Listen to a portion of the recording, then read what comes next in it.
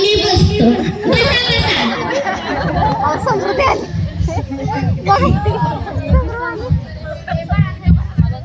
माझी आई मस्करी करते. तुम्ही तिच्या आईत लक्ष देऊ नका.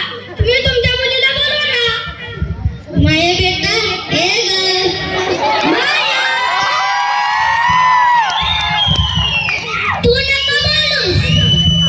नमस्कार करते ना. मुलगी मात्र संस्कारी दिसते बघा. तू माझे वाक्य नको बोलूस. मुलगी संस्कारी आहे की नाही हे माझी मी बघणार.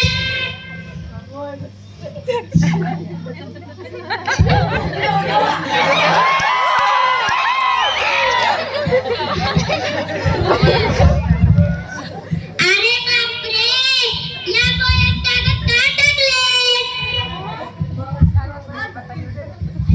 अगं आई, या कागदामध्ये पोळे दिले असतील ग. नाही नाही, त्याच्यावर काय लिहिलं आहे ते तरी वाचा.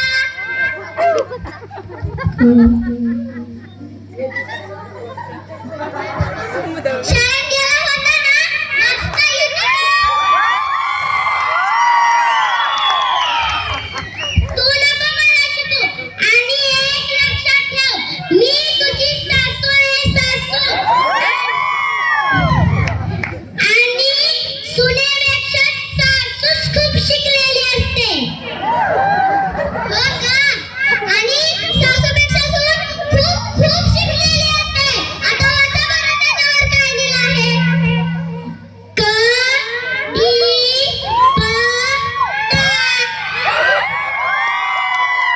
कढीपत्ता का लिहिलं याच्यावर? कारण पोह्यात कढीपत्त्याची कढी भासू नये म्हणून. अगं काय माझे अर्धवट मेंदू, त्यात कढीपत्ताच टाकायचा ना. अहो हुशार मेंदू, जर कढीपत्ता टाकला असता तर तुम्ही बाजूलाच काढून टाकला असता ना. आता मिळालं समाधान. पोह्यातून कढीपत्ता काढल्याचा. आणि विशेष म्हणजे कढीपत्ता बी वाचतो. पण मला कढीपत्ताच आवडतो. हो का? मग मी तुम्हाला लग्नानंतर कढीपत्त्याची भाजी खाऊन घालेन. माय बेटा